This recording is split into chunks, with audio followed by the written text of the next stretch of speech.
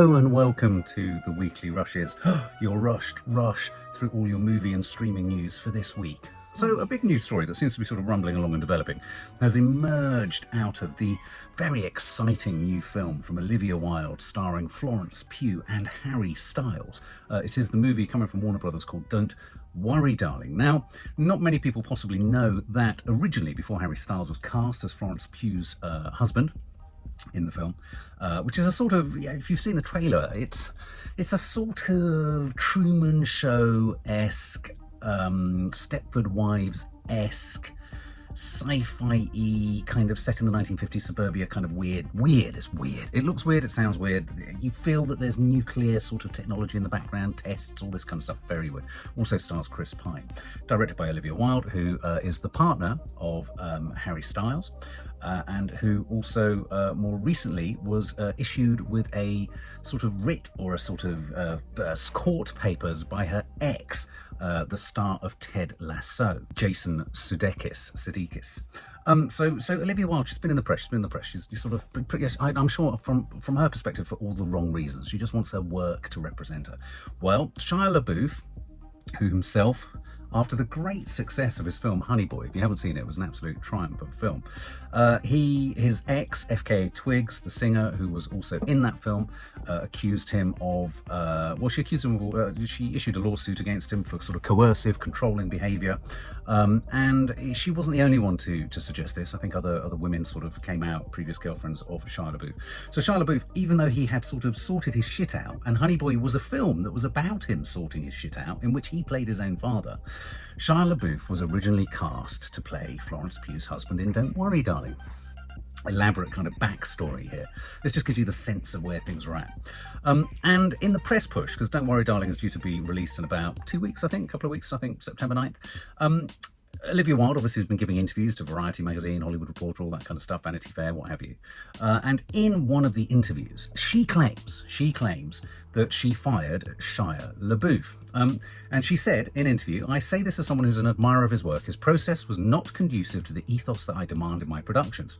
He has a process that in some ways seems to require a combative energy, and I don't personally believe that's conducive to the best performances.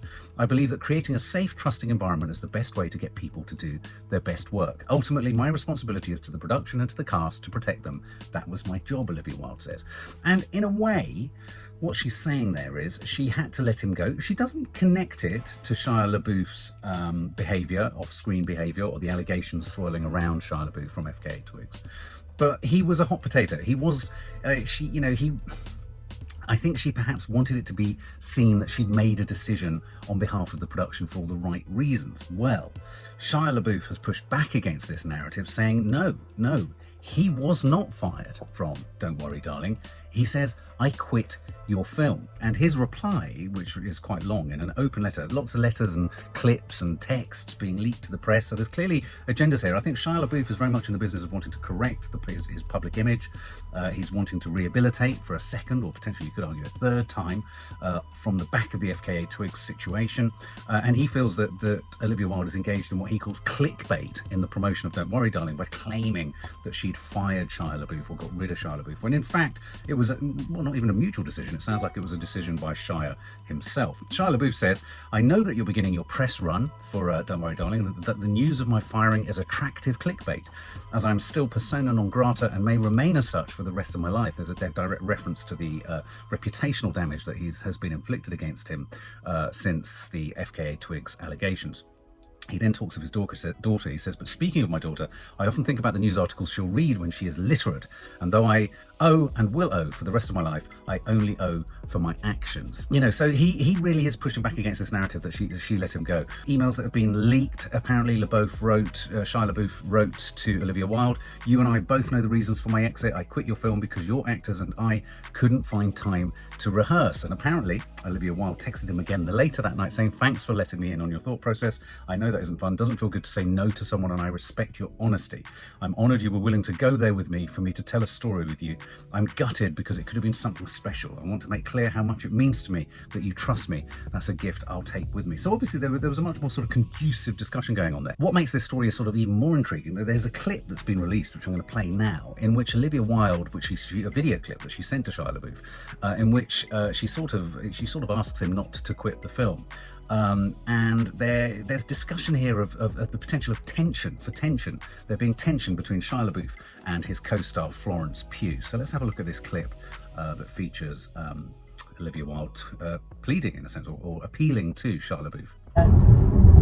Shia, I just went riding my horse, very sweaty, but I wanted to reach out because I feel like I'm not ready to give up on this yet, and I too am heartbroken, and I want to figure this out. And you know, I think this might be a bit of a wake-up call for Miss Flo, and I want to know if you're open to giving this a shot with me, with us. If she really commits, if she really puts her mind and heart into it at this point, and if you guys can make peace, and I respect your point of view, I respect hers, but if you guys can do it, what do you think? Is there hope? Is there hope? Will you let me know? Okay, bye. Miss Flo, what do you think? It's not a particularly friendly way to refer to Florence Pugh. This might be a wake-up call for Miss Flo. So, you know, this idea that Shia LaBeouf has a very unique way of performing, of working up his performances. I mean, I have to confess, when push comes to shove, when I hear this of actors, I think, oh, for fuck's sake, get a grip. Have a technique or a tactic or a strategy for performance that doesn't involve traumatizing everyone else, or doesn't involve, you know, perhaps it doesn't have to involve accessing great reservoirs of huge trauma that then bleed into, you know, the fiction or the film. So in that sense, it's kind of like, you know, pull the other one. Why does everyone have to sort of go tiptoe on eggshells? It's classic addict behaviour, if you're honest. For me, hearing that Shia LaBeouf was making any kind of demand, clearly some demand on how he performed or how he rehearsed, to me is the behaviour of an addict that everyone has to fucking pussyfoot around. That said, Florence Pugh has now announced that she's going to limit her publicity, or the interviews that she does, for Don't Worry Darling, the press tour, when it's released. She's apparently only going to do interviews, I think at the Venice Film Festival, is that right? Because apparently and allegedly off screen, there are sources that suggest Florence Pugh and the director Olivia Wilde clashed behind the scenes. Perhaps Florence Pugh, there was some issue, they say. I mean, this could be Olivia Wilde's people saying Florence Pugh had an issue with Olivia Wilde being romantically involved with Harry Styles. It's getting a little bit mucky. And then if you add on top of this the fact that Olivia Wilde had that incredibly sensational, publicly humiliating kind of issuing of court documents while she was on stage discussing the film, the whole, you know, clearly there's a lot of kind of gameplay stuff that seems to be going on and in the background around Olivia Wilde. I think she kind of, they need to get a grip on what the narrative is here. And this is a shame, because I think, yes, you know, in one sense, any publicity is good publicity for a film. But, you know, you want to feel, I certainly want to feel going into Don't Worry Darling, that this was a kind of team effort and everyone was screaming from the same hymn sheet.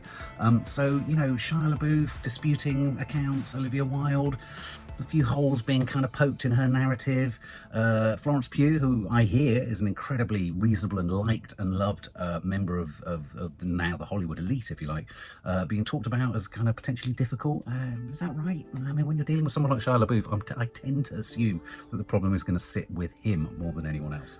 We talked a lot about the Batgirl film being axed by HBO Max, the head of Warner Brothers HBO, Zaslav, getting rid of Batgirl, or cutting Batgirl, and you know, at the point that it was just about to go into visual effects editing, you know, 90 million write-down, a write-off for Warner Brothers Studios, and it was one of many cancellations, but it was the highest profile cancellation that happened, in a sense. And of course, this will have been heartbreaking for the lead actress who plays Batgirl, Leslie Grace, but also in there are some tip-top performances. We were going to see Michael Keaton don the cape again as Batman, and of course Brendan Fraser was going to be in there too, I believe, as a villain. Well, Warner Brothers have agreed to do what they call funeral screenings, which is really quite a grisly concept, isn't it? This is screenings on the Warner Brothers lot of where the Batgirl film had got to, the edit, where it was at in the edit, and then once screened to the creative team and the cast and all that kind of stuff, you know, they will then put it under lock and key. It will never see the light of day again, because they have to prove that they are not going to earn any money from the release of this film. So whilst holding these funeral screenings, the directors, kind of understandably, the BATGIRL directors found themselves blocked from accessing the servers or accessing any of the footage once the studio cancelled the film. In an interview with a French online outfit, the directors Adil El Arbi and Bilal Fallah, and let's not forget that they were at one of their weddings when they found out the news that the film had been cancelled. I mean, at what point did no one at Warner Brothers stop and think, is this necessarily the right time to do this? Should we maybe wait until they get back? Maybe perhaps even wait until the ceremony's over? That would be kind of courteous, wouldn't it, in some way? Anyway, they went in to try and see if they could get access to some of the footage, and Adil, one of the directors, called and said to the other one, go ahead, go in, shoot everything on your mobile phone. I went on the server, but everything was gone. We were like, fucking shit, all the scenes with Batman in them. So, of course, now there's the possibility that a Snyder Cut-like sort of pressure group could develop to get Batgirl released. I personally don't think it's going to gain the same momentum. I don't think Batgirl is as, as kind of hotly loved a sort of super heroine, if you like, as the Justice League. And I think that although there is a cut here of something that people would like to see, I don't think it has that sort of cult sort of aspect to it where people are going to be like, what's the interpretation of this? And because there hasn't been another version made, as there was with Justice League, we'll never be wondering, well, what was the other version like? It could be that this was actually a damn squib all along. You never know. Fast X, the final film in the Fast and the Furious franchise, has caused all sorts of upset in a Los Angeles neighborhood in Angelino Heights, which is where Vin Diesel's character's home is set in the Fast and the Furious franchise films. The fact that they're filming these films there, or they're filming the latest incarnation, or the final incarnation of Fast and the Furious there, has caused all sorts of upset with local residents. As they've been filming, it's called Fast X, which is the 10th installment in the franchise. Filming was due to take place last Saturday. Residents took part in a huge protest with signs everywhere saying that this film does nothing other than just encourage illegal street racing, which I've always thought this about the film. I've always thought, surely you come out of a Fast and Furious film encouraged to drive irresponsibly and like a nutter. I mean, it's hard enough getting teenagers not to show off behind the steering wheel. Then you come out of something like Fast and Furious. I mean, the argument will be that it's so sort of out there and outlandish. I mean, I remember seeing one clip where a car virtually flew through space like a spaceship. I mean, it's not going to happen. Anyway, residents in the area of LA's Angelino Heights were marching through the area, chanting things like "street racing kills," and they were holding up photos of people who died in crashes and what have you. And LA has seen a 30% increase in fatalities, and there's also just the awful reminder of the fact that the Anne Heche story essentially revolved around her speeding her car down the street in LA and crashing it into a house. So it's, I kind of understand this kind of glorification of irresponsible driving is a curious one. And so it's interesting that a neighborhood in LA has taken the sort of matter into their own hands and said, look, you know what, this isn't good, because we've got people on the streets who are actually dying because of irresponsible driving. Casting and crewing decisions being made. WandaVision director Matt Shakman has been brought in to potentially, or is about to be committed to helm Marvel's Fantastic Four movie. And the reason I wanted to mention this was Matt Shakman was responsible for WandaVision. WandaVision, if you haven't seen it, I think is one of the best Marvel series on Disney+. Go and check it out. Elizabeth Olsen, Paul Bettany in there as Vision, and Scarlet Witch. Matt Shakman's been brought in. Fantastic Four. I mean, I know they were the original sort of Sony Marvel iterations of Fantastic Four, but I've always thought they were a bit naff. But am I jaundiced? Is my view jaundiced by those films? Is there something in the Fantastic Four that's as cool and as good and as complex and as layered as the Avengers? It's just that because they were given a slightly more cartoony, sort of, in a sense, those original sort of Fantastic Four films and X-Men films, they were sort of from a more innocent era, weren't they? Where the layers of complexity in the storytelling and in the franchise and in the MCU just wasn't there. Could the Fantastic Four be good? Could it be cool? Is that the one with the Thing? Is the Thing one of the Fantastic Four? I think he is. So the hope here is that Marvel will be able to tap into some of the success that he brought to WandaVision in the new Fantastic Four movie. Katherine Waterston. I'm not particularly familiar with Katherine Waterston, other than she was in the Sean Penn, Ty Sheridan film Black Flies, and is to be seen in the forthcoming Damon Chazelle's epic Hollywood drama Babylon. She's joining Jodie Comer in the apocalyptic thriller The End We Start From, and this is being produced bizarrely by Benedict Cumberbatch's production company. This Jodie Comer, always a win, I think, always worth watching. Always, I mean, she's doing a lot, isn't she? She's doing a lot. This is a London set or London-based environmental crisis film in which a mother with her newborn child has to escape floods and escape her home, or make her way home, or find a way home, or get home through chaotic floods and all sorts of ecological disaster. It's based on a novel by Megan Hunter. I think this will be interesting. I think this could be arresting. So that's Katherine Waterston, who's also can be seen in the HBO series Perry Mason, will be starring opposite Jodie Comer. Paul Rudd makes an appearance apparently at the end of Only Murders in the Building season 2. I'm just still getting to grips with season 1 and I'm enjoying it. There's a sort of avuncular kind of comfort, isn't there, being around Martin Short and Steve Martin and Selena Gomez, a curious triad of friendship and intrigue and drama and criminality and podcasts and all that kind of stuff. Season 3 is has committed to Paul Rudd, and I like this because the show's co-creator John Hoffman. What I like about what John Hoffman says about getting Paul Rudd for this is that regardless of what level your project's at in Hollywood, you're always pining for someone more famous, if you like, to kind of grace you with their presence. And in a sense, they were like, well, who could we get that's a Hollywood star that could join us in Only Murders in the Building? And they managed to get Paul Rudd. And that was not a hard thing to do. Paul Rudd apparently has a close relationship with Martin Short.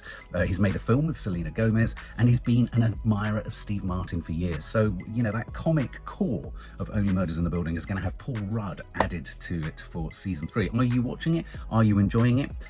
Should I stick with it? As I say, I'm just sort of I'm in the early stages of season 1 at the moment. House of the Dragon, you'll have seen our review of episode 1.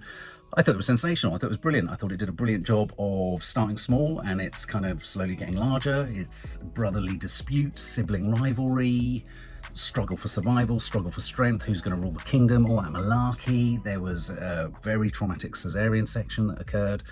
Anyway, it's done so well. It's the most watched HBO series debut ever with 10 million viewers. It pulled in 10 million viewers on its opening night. The biggest series premiere in HBO's history, which is a big deal if you think that you know, there was Game of Thrones before this. But of course, Game of Thrones gradually became the thing that it was, whereas this is from a standing start. It's inherited the Game of Thrones mantle, if you like. But of course, it's no surprise that only after episode 1, it's been a success with the critics, it's been a success commercially, it's been a success with viewers. Season 2 has been committed to, and that's great because at Comic-Con recently, there was a definite sense that there were, you know, more dragons to be seen. There were further chapters, if you like, of George R.R. Martin's story to be told, and it looks like they're happening, which will be exciting for any Game of Thrones fans. A book called The Power. This book called The Power by Naomi Alderman. I read it a couple of years ago. Intriguing book, sort of feminist book, a little bit sort of, it's a little bit like The Handmaid's Tale, is it? There's a sort of Margaret Atwood-esque aspect to it. Not as good, I'd have to say. But in this book, women discover they have the power to electrocute people. They discover they have the power. And, you know, this then starts to feed into their relationships with men and how they can control men or control scenarios that they're in. Well, The Power is being turned into a 10-episode series for Amazon Prime. Toni Collette is in there, and I think that's a good get. Toni Collette from The Staircase, she's been tapped to be a lead character. As I say, the blurb for this is suddenly, without warning, all teenage girls in the world develop the power to electrocute people at will. It follows a cast of remarkable characters from London to Seattle, Nigeria to Eastern Europe, as the power evolves from just a tingle in teenagers' collarbones to a complete reversal of the power balance of the world. And you can see how gender politics, feminist politics, and all that kind of stuff will be thrown into the center of the center stage, if you like, for that drama. Another territory or franchise or realm that's coming back to, well, in this case to Disney Plus, the Spider Chronicles. Girls, but had a love-hate relationship with the Spider Chronicles. There was a film, wasn't there, or was there 2 films? I can't remember. They've got the books, and they had all those sort of pop-up books and all that kind of stuff.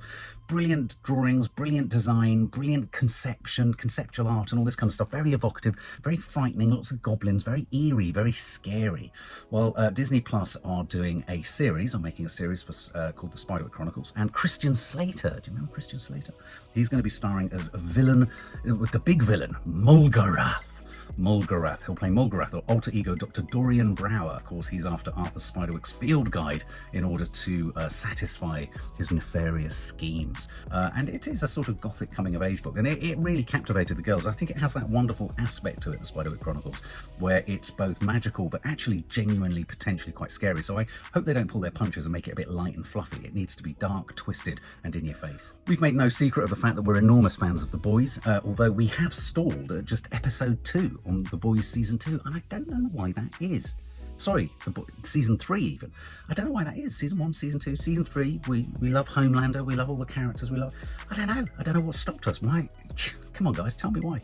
Anyway, season 4.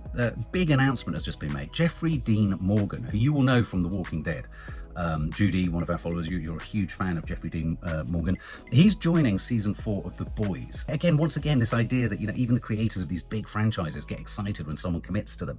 The creator, Kripke, spoke about his attempts to secure Jeffrey Dean Morgan. He said Jeffrey Dean Morgan is a super fan of the show, so he and I were talking. We're trying to figure out something for season 4, nothing finalized, but he and I are chatting and emailing, seeing if we can make it work. Jeffrey Dean Morgan was probably the greatest villain in The Walking Dead. I got a bit tired of The Walking Dead. It felt like I kept walking. It felt like The Walking Dead watching it. It was like I can only watch the dead walk at such a slow pace for so long without feeling we're going over the same territory. But Jeffrey Dean Morgan, with his inimitable baseball bat with nails in it, was a fabulous villain, really malevolent villain. He's soon to be seen in a spin-off. I think there's a Walking Dead spin-off called Dead City. But with this announcement that Jeffrey Dean Morgan could be involved, Jack Quaid went on Twitter and tweeted, "Yes, welcome to the party." And Carl Urban, who is fabulous in The Boys, said, "JD Morgan joins The Boys? What? Mind blown." And Jeffrey Dean Morgan says, "Yep, man, I can't wait. We gotta play." So all to watch there. I think that's going to be fun. I think it'll be a great addition. He's got the right sort of tone to him, hasn't he? He's getting the cut of his jib suits the jib of The Boys. And finally, Joe Pesci. Joe Pesci, he of Goodfellas. I mean, obviously, most people will know him from films such as Home Alone, where he was one of the annoying, home invaders.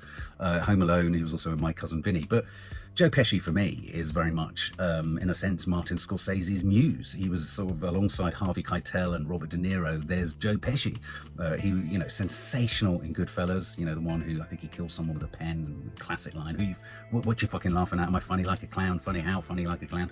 He plays Robert De Niro's brother in Raging Bull. Again, a feisty nut job of a character.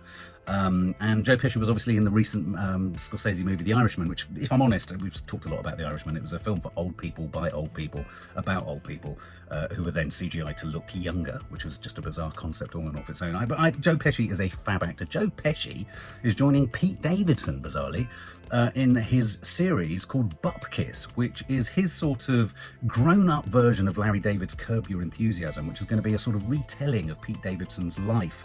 So he'll have his on-screen family. I think Joe Pesci is playing his grandfather. I think Edie Falco is playing his mother. Davidson is co-writing this, and it's a sort of an absurd telling of amplified moments in Pete Davidson's life, not entirely dissimilar to probably King of Staten Island. So you've got that to look forward to, and I think Joe Pesci thrown in there will be great.